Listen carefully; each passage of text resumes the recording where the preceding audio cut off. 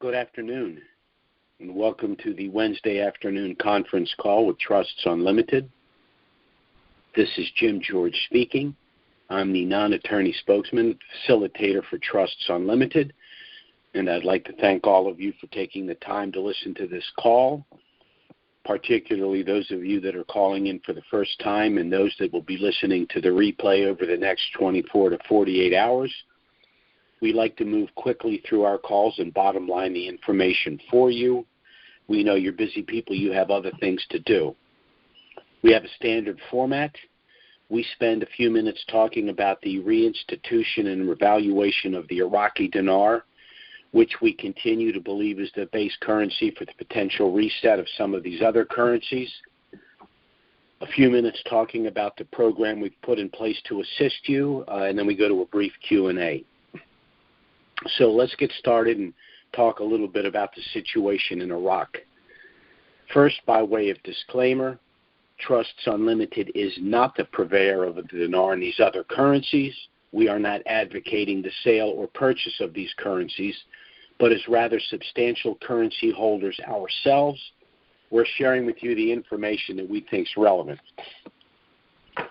And the most relevant piece of information would be the potential window for the reinstitution of the Iraqi dinar. We believe we've entered a phase here where we're having a glide path to the reinstitution of the dinar in January of 2020.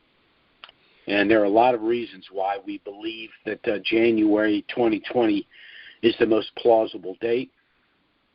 Let's start and talk a little bit about the meeting that took place between Donald Trump and al-Kazemi, the Prime Minister of Iraq.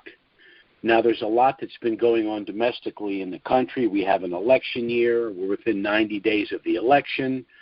We have the COVID issue to deal with. We have crime in the streets of many of our cities, unfortunately. So this kind of goes under the radar. But for those of us that hold these currencies, this is very important stuff. And some important things occurred at this meeting. The other thing I will mention is Donald Trump's a little different than other presidents. As an example, he recently walked out and calmly announced that they had made an agreement between the the UAE and Israel with regard to some financial cooperation. The type of a deal that no president has been successful in attempting for decades. So Trump has a way of having a lot of balls in the air and being able to get a lot of things done. So let's talk a little bit about this meeting between al-Kazemi. It went very well based on the information that I've gleaned from it. The Prime Minister has agreed and basically affirmed that he is in the process of disarming and dismantling the Iranian militias that have been running around in Iraq. He also said that he plans to release the files of the corrupt pro-Iranian officials in Iraq. He said that the education program in anticipation of the reinstitution of the dinar will begin in November, and that he expects the project to complete the zeros to be completed in December of this year, which of course makes things wide open for January. The United States, if all of this occurs, has offered to lift the OFAC sanctions, the sanctions which the United States has had on Iraq for some time. OFAC is an acronym for the Office of Financial Assets Control. This is one of the reasons why it's very difficult to walk into an American bank today and purchase dinar. They will tell you that the sanctions disallow that. The United States has also announced that pursuant to the accomplishment of all of these other issues, they will help to fund a massive economic recovery package along with some of the other neighboring countries to assist Iraq. GE has just secured a massive $1.2 billion contract to rebuild Iraqi electric grid. And Chevron has secured a deal to assist Iraq with the production, distribution, and refinement of oil. Now, the problem that Iraq has had in the last year has been the result of the precipitous drop in the price of a barrel of oil. Long term, the production of oil will not increase the price of a barrel. That would seem to be a disadvantage. However, the way to overcome that on the short term is by the substantial increase in the production of oil. So in order to help alleviate some of the short-term revenue gap, even though it will affect the global price of a barrel of oil, Chevron in the United States is going to help Iraq to substantially increase the production of oil on the short term. But the most important implication of this, both the GE deal and the Chevron deal, is that China is out. China has been trying to intrude itself into the Middle East. It really tried to backdoor the United States and the other Western European nations that have been assisting Iraq since 2003.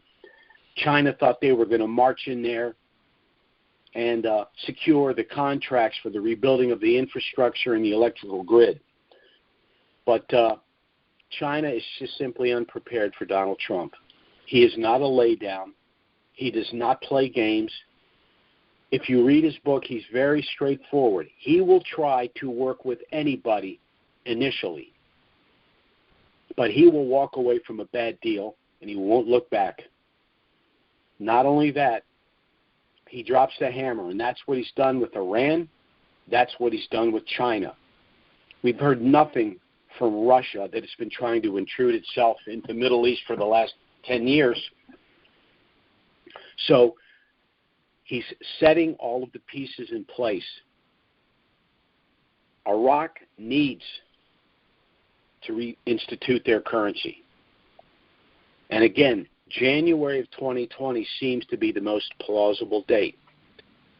There is plenty of time in the next 3 to 4 months to accomplish all of the things that were outlined at the meeting and that I've outlined here. I can see no reason, even though for the last 10 years we've always seen an 11th hour X factor jump in, but I see no reason for this to be prolonged beyond January. Iraq needs it done. The United States needs and wants it done. The Middle East needs their nations to stand on their own 2 feet, to defend their own nation, to be sovereign, functioning nations. And I think the time has finally arrived. So I know this is disappointing for people that unfortunately have been listening to some of the wrong voices that have had us in a 5-day window for the last 10 years.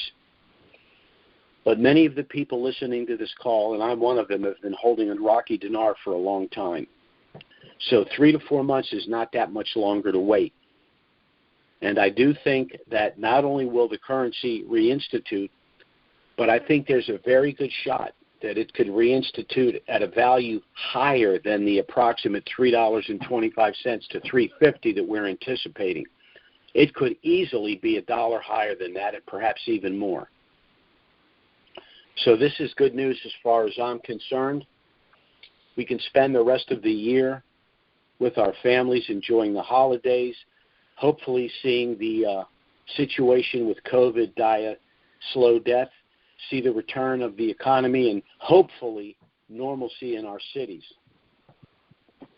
But for those of you that are holding currencies, and most of the individuals that do hold currencies are hardworking people, middle-class folks, have never had to manage a substantial amount of money. And that's why Trump is trying as hard as he can to help the middle class. But for those of you that are holding currencies, you are not going to be middle-class citizens for too much longer. And so for the first time, you're going to be managing or being forced to manage a substantial amount of money in a rather unusual environment. That's why Trusts Unlimited has put a turnkey program in place to assist you. It is a 2-phased program. Phase 1 is pre-RV. Phase 2 is post-RV. Pre-RV involves the establishment of a package of pre-RV asset protection trusts with the assignment of your currencies on paper to that trust product. Post-RV involves all of the products, services, and professional referrals that you will need to assist you after you have acquired this wealth. So let's start with phase one, which is, again, the establishment of a package of pre-RV asset protection trusts with the assignment of your currencies on paper to that trust package. There is a reason Trusts Unlimited has established a package of irrevocable trusts. Very simply, because it's the best asset protection available domestically. There are a number of other entities individuals can establish to provide some level of asset protection, but they are inferior to our package of irrevocable trusts. For example, individuals can establish LLCs, sub-S corporations, and family limited partnerships, but those are essentially business structures that must be registered with their respective states. They do provide asset protection to the extent that they separate business assets from personal assets. However, the problem is that the possession of these currencies is a personal asset. In addition, courts have ruled that these entities, LLCs, sub-S corporations, and limited family partnerships, which are owned in the majority by one or a small group of individuals, can be pierced for civil litigation. So they cannot provide the asset protection you're going to need and want. Some individuals have established revocable trusts, sometimes referred to as living or loving trusts. And these trusts can exempt your estate from the cost and delay of probate, and can, in certain situations, substantially reduce and even eliminate the federal estate tax. But the revocable or living and loving trusts can provide no privacy or asset protection. So they're going to be insufficient for your needs. Some individuals have established single irrevocable trusts. They will provide the greatest level of asset protection, but even the single irrevocable trust has an inherent flaw, and it's this. If any asset within that trust is dragged into civil litigation, that would necessarily drag all of your other assets and net worth into that litigation as well. Why? Because they're all owned by that same individual entity. Therefore, the best asset protection available is the package of irrevocable trusts, and this package must be established prior to the revaluation of the dinar and these other currencies for a number of reasons, and I'm going to review them with you now. First, by establishing our package of trusts, you will preserve your privacy and your anonymity. That's because assets held within our trust package are sealed, meaning that the general public will have no knowledge of your net worth or your actual holdings. Second, by establishing our trust package, you will be able to avoid personal IRS scrutiny. If you are holding these currencies in direct title when they revalue, the IRS computers will probably spit out an audit. And with the potential magnitude of this revaluation relative to your prior year's earnings, you're probably looking at a full-blown 6-year audit. Such an audit would be time-consuming.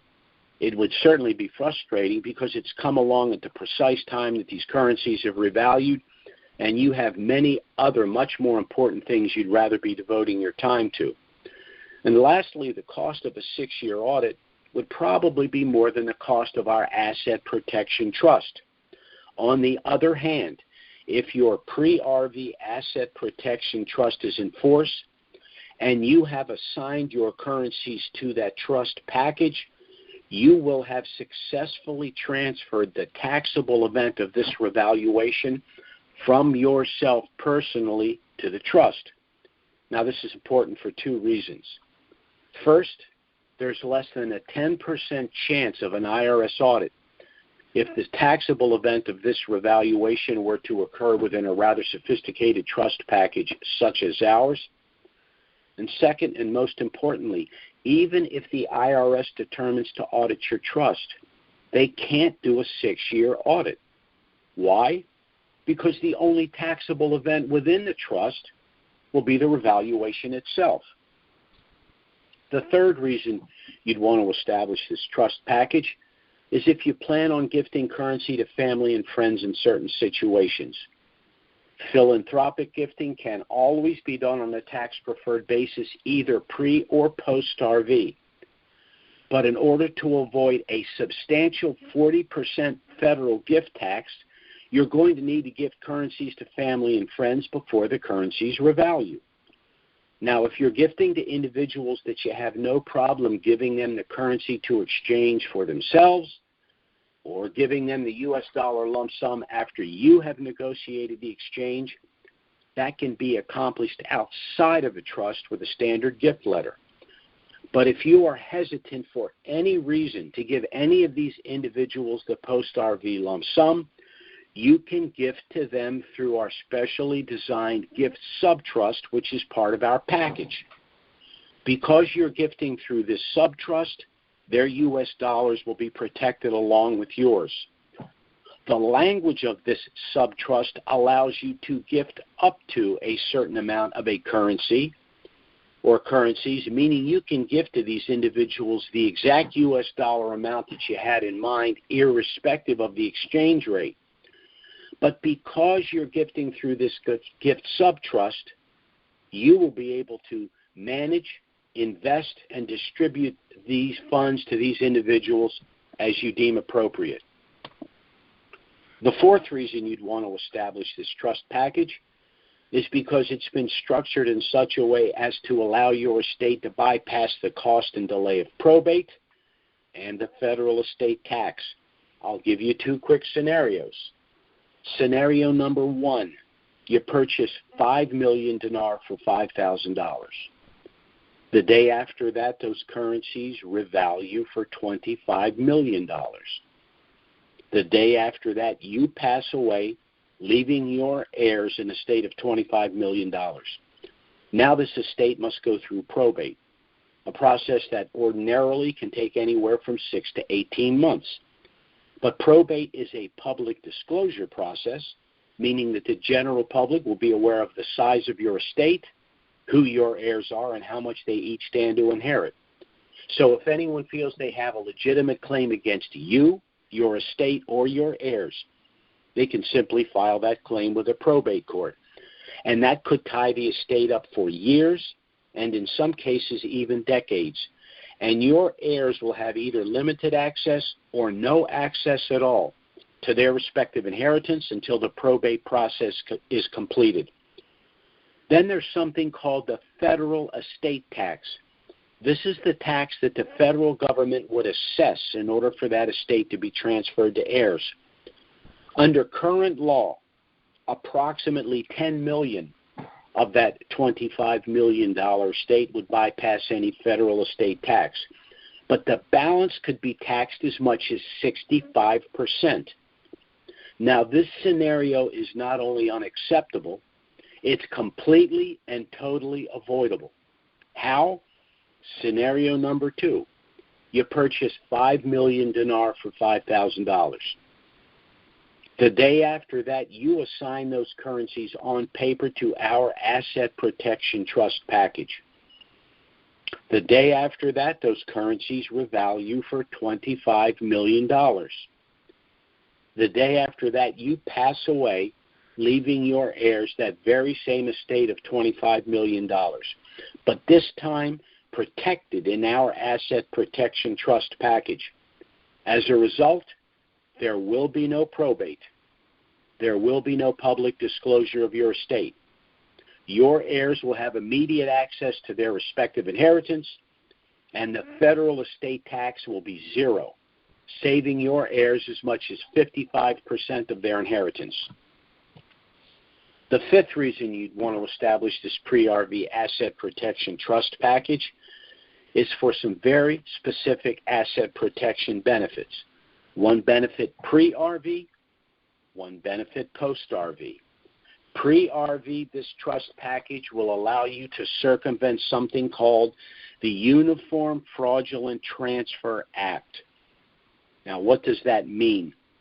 Under our system of civil procedure, You can only be sued for what you actually own in direct title or the value of property at the time you transferred it out of title to an entity like our trust package. So let's take the previous example from before. You purchase 5 million dinar for $5,000. You transfer the currencies to our trust. They subsequently revalue for $25 million. You begin to live a lifestyle more reflective of your newfound wealth, and a couple of years down the road, someone sees that you're living rather comfortably and decides for whatever reason that they're going to sue you. Well, this prospective plaintiff has a couple of problems. First, he or she better have a very strong case and very deep pockets, because this trust is structured in such a way as to make it extremely expensive and extremely time-consuming to pursue civil litigation.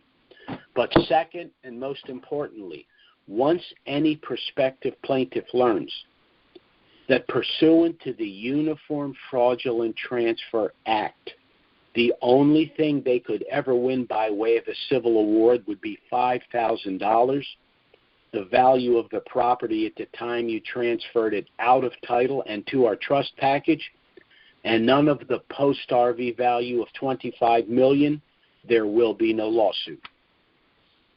Post-RV, there's a benefit I like to refer to as limited liability stop loss.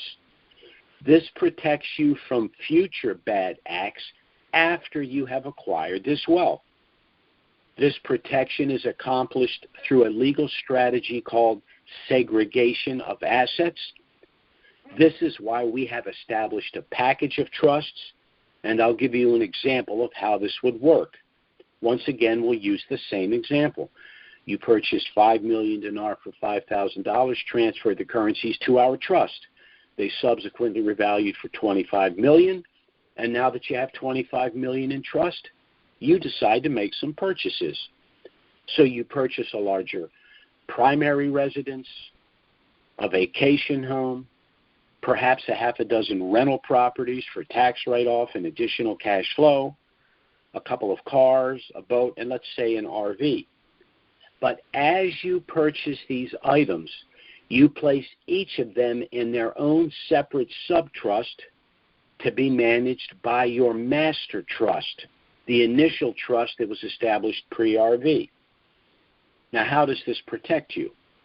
Well, let's say one day you're driving one of your new cars, you have an accident, the accident is clearly your fault, and tragically someone is seriously injured or even killed. Well, the family of the victim is going to want to sue you. But remember, civil suits are about monetary awards, and you don't legally own anything. So the plaintiffs would be left to sue the owner of the car that you were driving. Well, who owns that car? One of your subtrusts of which you are merely the beneficiary. And what's in that subtrust? Merely that one car and the car insurance policy. In that scenario, the car insurance carrier will negotiate an out-of-court settlement with the victim's family. You will not be involved in those rather unpleasant negotiations. The car insurance carrier will repair or replace your car, making you whole. And again, this is very important. All of your other assets are safely protected in the other subtrusts. Why? Because the other subtrusts are separate legal entities or persons that were not in any way involved in the accident. Therefore, the plaintiffs would have no standing to pursue those separate legal entities. So your package of trusts work very much the way a commercial barge would work, where all of the valuable cargo is stored in a series of small compartments. Why? In the event that any compartment is ever breached, the only potential loss would be the cargo in that one compartment. The cargo in the other compartments is safe and secure due to the firewalls, and the barge will never sink. Now, these benefits are lost to you if you do not establish your package of trust prior to the revaluation of the dinar and these other currencies. Now, there is one other benefit, and it's this. If you are, in fact, a holder of one of our pre-RV asset protection trust packages, then you will be eligible to participate in Phase 2, the heavy lifting, all of the products, services, and professional referrals that will be made available to you after the revaluation of the dinar and these other currencies. I'll just make mention of one of the benefits here today. Trusts Unlimited will be sponsoring a post-RV seminar to be held in Disney World, Florida, approximately 30 days after the revaluation of the Iraqi Dinar. Present at that seminar will, of course, be the staff of Trusts Unlimited to assist you with the management and funding of your trust packages post-RV. Many of our clients have expressed a desire to establish scholarship funds, foundational trusts, special needs trusts, charitable remainder trusts, and even the more complicated 501c3 nonprofit and offshore trusts. And the proper way to fund those entities is with the direct transfer of funds from your asset protection trust to those newly formed entities. We'll also have our tax specialists on hand.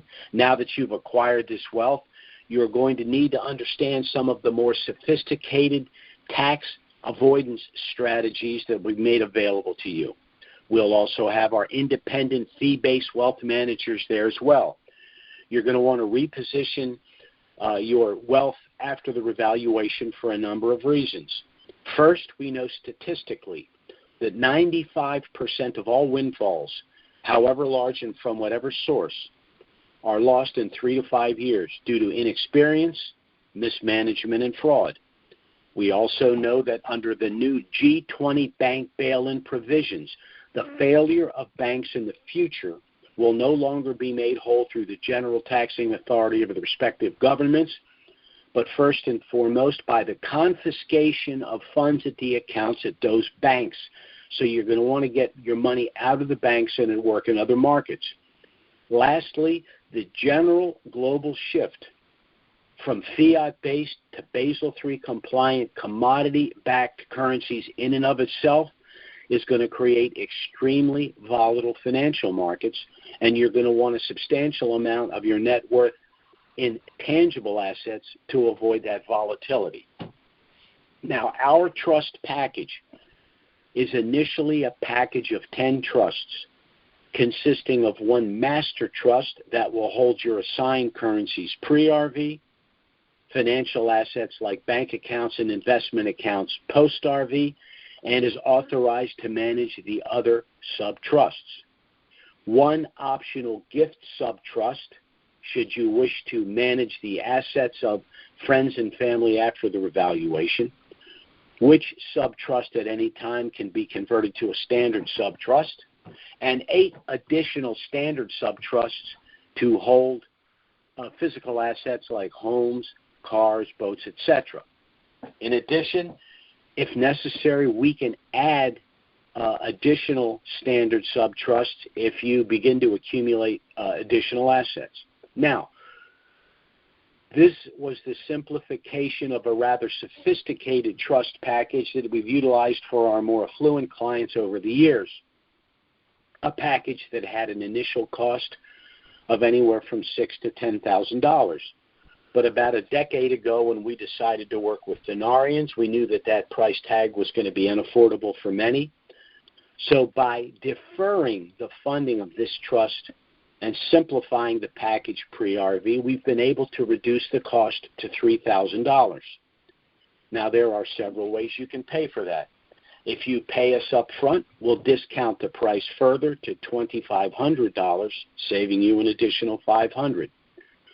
If that's not possible, we do have a deferred payment arrangement. You'd make an initial payment of $525, which sum would basically offset our out-of-pocket costs just to produce and deliver your trust. The balance of the $3,000 would then be paid in $100 monthly installments. We will charge no interest. The only proviso is once the revaluation of the dinar occurs, any unpaid balance would need to be paid within 30 days. Now, with this approach, anyone that holds currencies and understands the need for getting their affairs in order and their trust in place pre-RV should be in a position to afford to do so. One other suggestion. We do accept credit cards. Pay us up front with a credit card.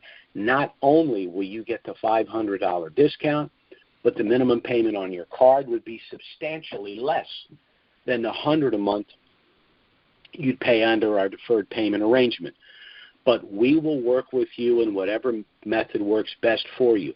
Our objective is to help you get your affairs in order and your trust in place for all of the reasons that we've discussed here today.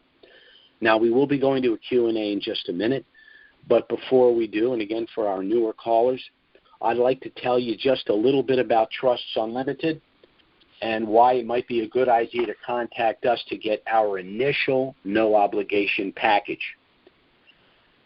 Our trust package was authored by our attorney, Robert Bly. He's been a practicing attorney for over 40 years, specializing in the areas of estate planning, asset protection, and offshore planning. I myself hold degrees in political science, macroeconomics, and finance. I've worked in these areas for over 38 years, and I, along with my clients, were personally involved in the reinstatement of the Kuwaiti dinar in the early 90s. So between the two of us, Robert Bly and I have over 78 years' experience working precisely in this area. And I frankly know of no firm that can make that claim. Now, Bob and I have actually been working together for about a decade in the areas of estate planning, asset protection, and offshore planning.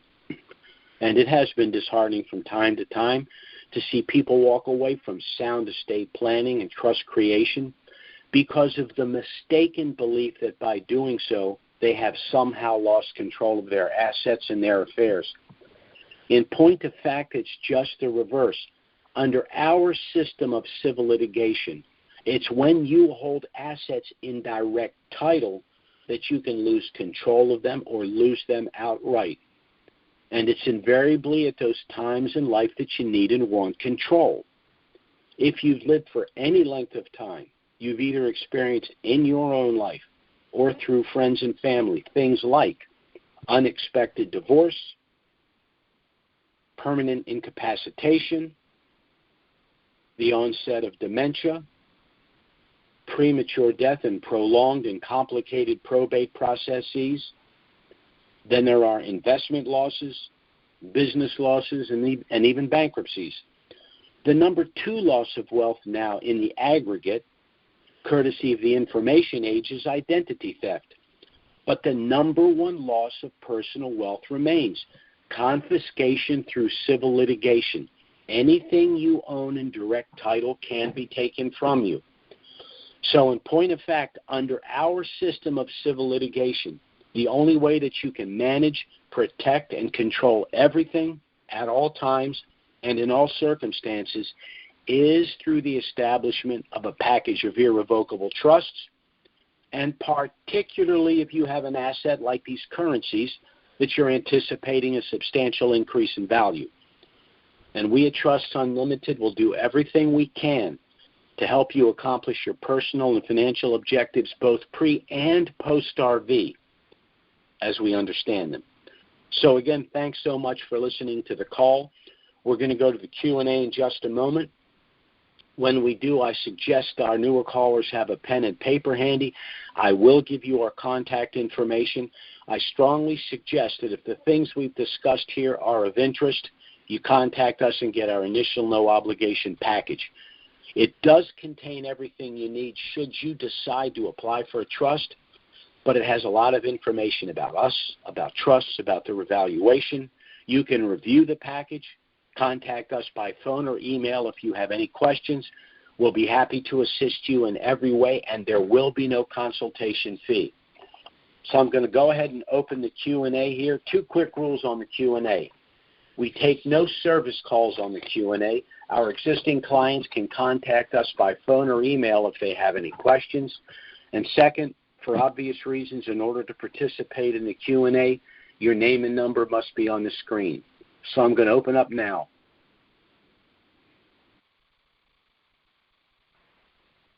And while I'm waiting for any questions, I'd like to give you our contact information.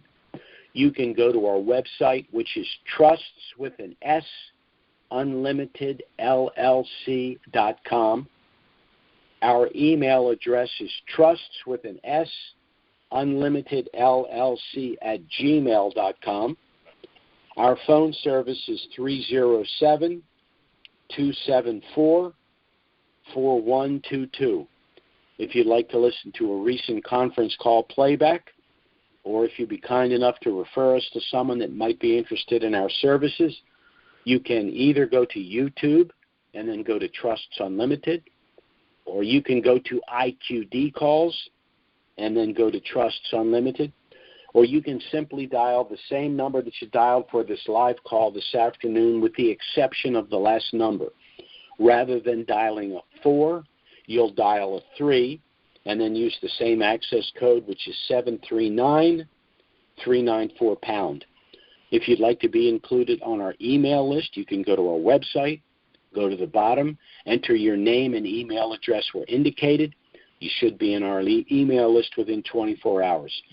Bear in mind that we only send emails out very periodically pre-RV, but after the reinstitution of the Iraqi Dinar, emails may go out as often as weekly. So let's go to our Q&A here. Our first caller is area code 619. That's 619. Go ahead. Morning, Jim. How you doing? Eddie, how are you doing, my friend? Excellent. Thank you, sir, for taking my call. A couple of questions for you. Part one is I missed a couple of first minutes on your call today. Is China, being that they're being kind of dealt with by the U.S., is that going to affect the dong being in the basket and or their rate? No, it shouldn't affect it at all. China's got some issues. The United States has declared them to be a currency manipulator. China's really in a bad place right now. And I suspect that within a year there will be a massive global civil suit for the COVID. So China's in a very bad place, and they put themselves there. The only difference is we have a president now that's not going to let them get away with this stuff. So I really think that China's influence globally and particularly in the Middle East is increasingly diminishing, and I'm not worried about their involvement at all. Because you had mentioned a while back that you were really probably going to minimize your dong holdings, and that led me to believe that you had some information thinking that the dong might not either, one, be in the basket, or two, might not even be, exchanged at a future date. So that's why I'm asking. No. Let me clarify what I said. I said if you could only, and this was my personal opinion, if I could only hold one currency, it would be the Iraqi dinar. If I had to dump one currency, and I have 4 currencies myself, it would be the Zim. And I explained the reasons for that. If I only could hold 2 currencies, it would be the dinar and the dong. Now, what I did say about the dong was the dong has been in a program rate for 30 or 40 years. All right, but things are changing.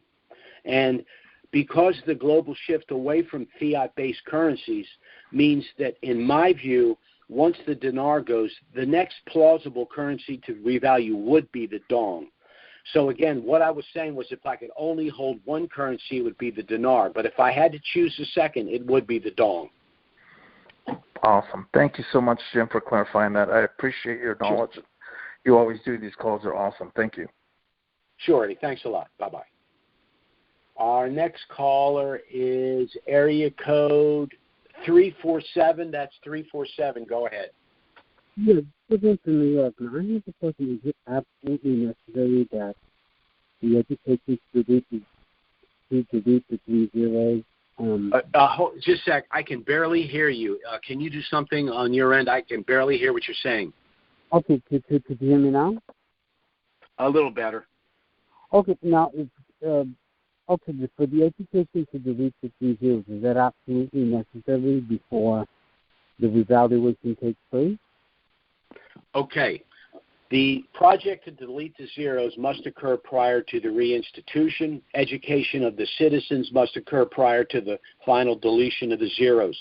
As I stated earlier, that according to Al-Kazemi in his meeting with Trump, that the plan is for the education program to begin in November and the deletion of the zeros to be completed before the end of this year. That's the glide path toward the reinstitution in January of 2021. That's where we are now. Go ahead. Yeah, you're saying? Excuse me? Yeah, you were saying something else? I'm sorry, I just can't hear what for some reason we have a bad connection. No, could you hear me now again? Yeah, I can hear you. Go ahead. No, you were saying something else at the end. Well, okay, no. What I'm saying is it possible that the education to the rich visa could be moved up or no? No. Okay. No. All right. Thank you. Sure. Okay. Bye-bye.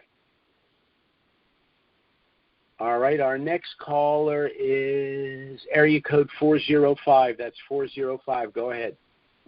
Hello, Jim. This is Doug in Oklahoma City. Yes, sir. How are you doing, my friend? I'm doing well. I believe that last caller, I was also having difficulty hearing him, touched on the question.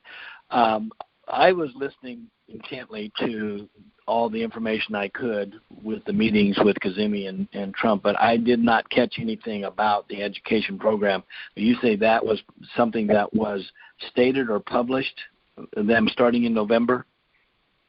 My understanding is that was discussed, but remember, the reinstitution of the dinar cannot occur before the national education system, national education program. That was the stated, according to the finance committee from the parliament when they were working with the CBI and they were trying to clean up some of the problems they had with the CBI. They had this laundry list of the way this was to occur, and they specifically stated to the parliament that the CBI would conduct the education of the citizens prior to the reinstitution of the currency. Yeah, and there was a specific statement in these recent meetings that might start sometime in November. Correct. Oh, very good. Okay, because I had missed that. I didn't hear that. Yeah, that's I why missed I the referred. I'm sorry. That's why I referred to it's a glide path. There's a laundry list of boxes they got to check, and that was one of the boxes that had to be checked. And so, and also we know now that the zeros. Was there any mention about the cessation of the auctions, or do you think that that's going to go on until they meet their I think the auctions. They're slowing down, but the auctions, they just need revenue, and they're just doing everything they can. It's it's like the guy that he's flat broke and he's going through all of his pockets, in his drawers, and he's looking for anything, even spare change. I mean, that's what they're doing right now, and so some of that's going to continue, although it's not going to be, what it was before. But like I said, they've kind of settled in and said, this is my opinion here. I think they've said, you know what, nothing's going to happen to January, so let's take our time and do everything in the proper order, make sure it gets done so we don't have any problems. Would you restate your comments on OFAC, please? I kind of missed that. Okay. OFAC, again, it's an acronym, has to do with protecting against laundering funds and funds being diverted to use for terrorists. The sanctions that the United States put on Iraq will be lifted in January or by January if they do all of the things that were discussed and agreed upon in this meeting. So that's the situation with OFAC. The Office of Financial Assets Control. Basically, the United States Treasury's ability for countries that are basically using the Western, banking system, the SWIFT system. Okay. Very good. Okay. Jim, thank you very much.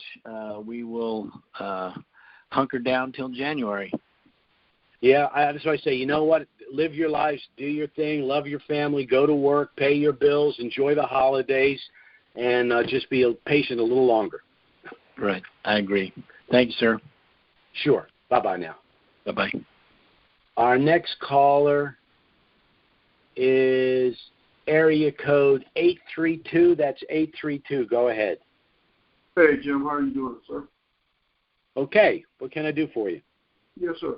I had a question in regards to the dung. I was reading in an article in the Wall Street Journal that they're still on the manipulation currency list, and many people believe that this currency will revalue at the same time as the Iraqi dinar.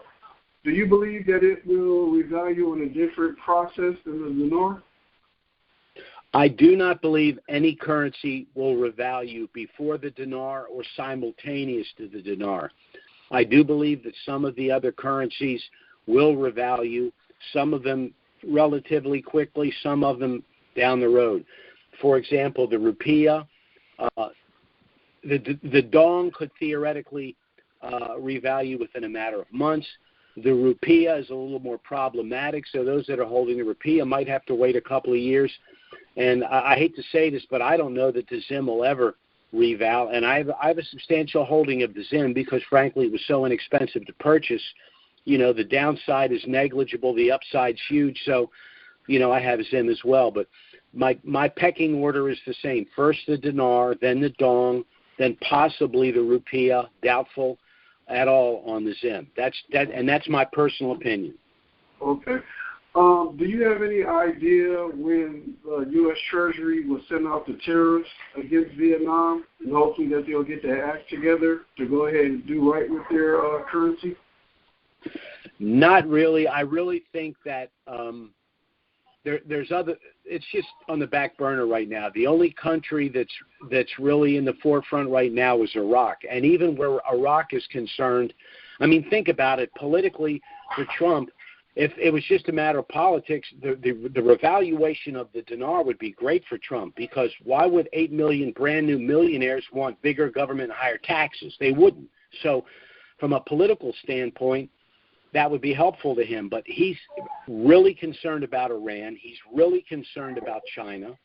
And he's really concerned about basically managing the Federal Reserve and the central bank. So he's just got other things. All of this stuff's important, but the central bank issue, the Federal Reserve issue, reviving the economy, that's all critical as well as, you know, important. It's critical to get done now. Okay. And one last question. I heard you mention about the education of the citizens. I thought they were educated about a year ago or some months ago in regards to the way how they're going to handle the new bank transaction sector with the currency. Well, okay, there's a lot of issues that they're being educated on. One of them is they're moving from a hard currency to a digital system. The second part of the education is, remember, these people have been conditioned to operate with the U.S. dollar. So they're going to need to understand when we reinstitute our currency, it's going to have the same or greater purchasing power than the U.S. dollar. We collected the provisional 3-0 currency. All right? Now we've revalued our new currency, and we want you to use that currency and not use the U.S. dollar. So it's phases of where they're going with this. They get rid of the provisional currency. They utilize the U.S. dollar. Now they have to utilize their new reinstituted currency and stop utilizing the dollar. When a country is using their own currency, that's when they can revalue. If they continue to use the U.S. dollar in exchange for goods and services, the IMF will not revalue. They have to demonstrate that they're operating with their own currency. Right. Oh, okay. So this would be their final phase in the education, which is take place in November? That's the plan. That's the plan. Okay, well, that's all I have. I appreciate you taking my call and answering my questions. Certainly. Thank you. Certainly. Take care, my friend. Bye-bye. Okay, our next caller is area code 312. That's got to be Les. Yes, sir. Hey, what's up, Jim? Well, same old. Well, happy belated birthday. I couldn't get in to wish you happy birthday. Oh, thanks a lot. I'm sorry. Don't worry about it. Yeah, that's good. We're all good. All righty. And glad you enjoyed your vacation. And, well, I needed it too, man. I needed a break. I'm sure you did. Yeah, I'm getting tired of listening to me. Yeah, well, you know, you got that option. You can play the recording on the basic information.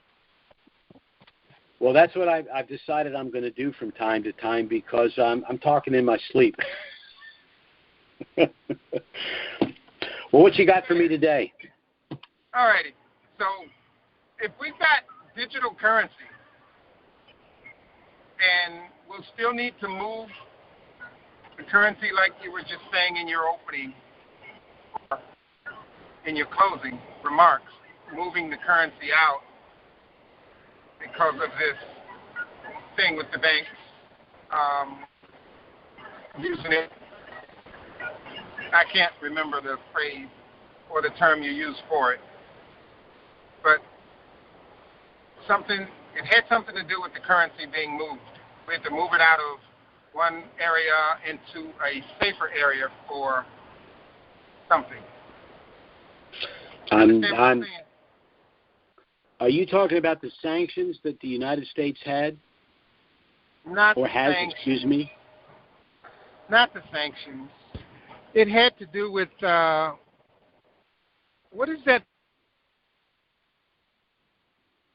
Or the bank. The what? Of the banks. I'm not quite sure what you're referring to. All right, I'll pass it. Maybe the term will come up, and then you mentioned it in your closing before you went to the Q&A, because you were going to have people to explain all of this stuff to us at the meeting in Disneyland. But I'll just move to the other. Well, I mean, the thing with Disney has to do with essentially how to manage the trust and repositioning the U.S. dollars that you will get from the exchange. Yes, repositioning was the phrase you used. Yeah. But the bailouts and the bail-in is something that if we didn't reposition. Oh, okay. Here's this. There's a G20 bank bail-in provision. These are the G20 nations. They got together and they decided that rather than simply taxing their population to bail out a bank, the first thing they were going to do would be to pull money from the accounts at those banks. Now, the EU is ahead of us on this. As an example, in the EU right now, and this is one of the problems I personally have with the digital system. It's easy and hard to get it out. If you have, for example, €1 million in an EU bank, you can only withdraw depending upon the country, between 1,000 and 2,500 euros a day. Now, you can write checks and you can transfer money to other banks and things like that. But if you go to a bank and you have €1 million in that bank, in an EU bank, you can only pull from between 1,000 and 2,500 euros out on a daily basis. This is a method of control which I don't like about what we're seeing happen. Now, the Germans had established and funded the austerity program for some of the EU nations that were in trouble: Greece, Italy, I think it was Portugal and Ireland.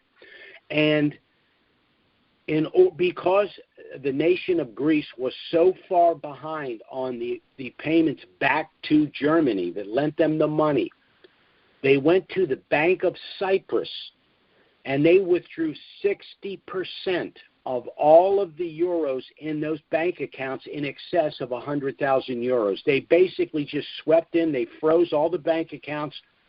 So if you had, for example, 200,000 euros in a Cypriot bank, you had 100,000 in there, over 100,000, they literally took 60,000 euros from you. Just took it. So that's what I don't like about the global digital system. And that was what I was talking about the G20 bank bail-in provision. So what I'm saying is after this revaluation, we're going to want to get money out of the banks, not only because the fiat currencies are going to devalue, and not only because we're subject to inflation, but because the funds are subject pursuant to the digital system of confiscation. So we want to get money out of the banks and work in other markets. As an example, I'm going to be putting a lot of money into real estate because they can't take it from me.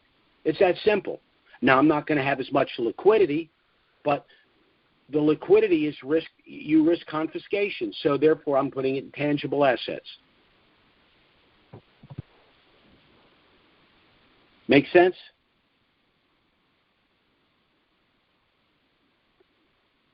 I think we lost our caller there. I hope the rest of you heard what I had to say. It was a rather long-winded answer. But it seems that Les was our last caller. So I'm going to go ahead and sign off for this afternoon. Again, I'd like to thank all of you for taking the time to listen to the call. I hope that the things we've discussed here are of interest. You'll contact us to get our initial package. Again, it's a no-obligation package, even though it does include everything you need should you decide to apply for a pre-RV asset protection trust. You can review the package. Contact us if you have any questions. We'll be happy to assist you, and there will be no consultation fee. Our next call is, of course, scheduled for next week. Certainly, if something of a really dramatic nature were to happen between now and then, we'll try to get out an emergency email and schedule an emergency conference call.